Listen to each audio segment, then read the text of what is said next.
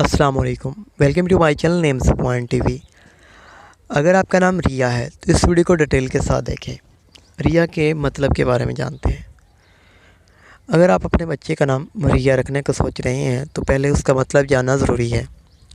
आपको बताते चलें कि रिया के मायने के हवाले से समझा जाता है कि अमीर या हदरिया से रत्ना, देवी लक्ष्मी, खूबसूरत, गुलूकार होना बहुत अच्छा समझा जाता है और इसका अक्स रिया नाम के लोगों में भी नज़र आता है।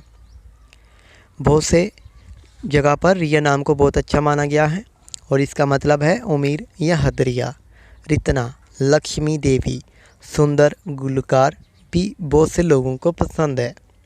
रिया नाम रखने से पहले आपको इसका मतलब जानना ज़रूरी होता है।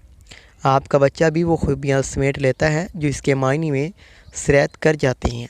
रिया यानी उम्मीर या हदरिया नाम के मायने से आप इसकी फितरत में भी रत्ना, लक्ष्मी, खूबसूरत, गुलूकार का असर वाज़ेह तौर पर देख सकेंगे।